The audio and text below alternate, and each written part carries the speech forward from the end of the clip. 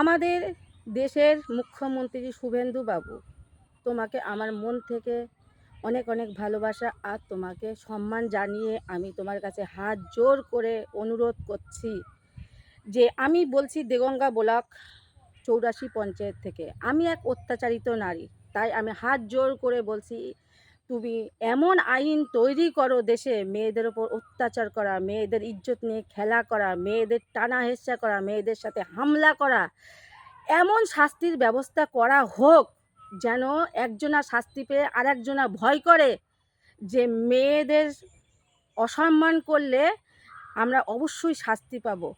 এই ভয়টা যেন মানুষ করে।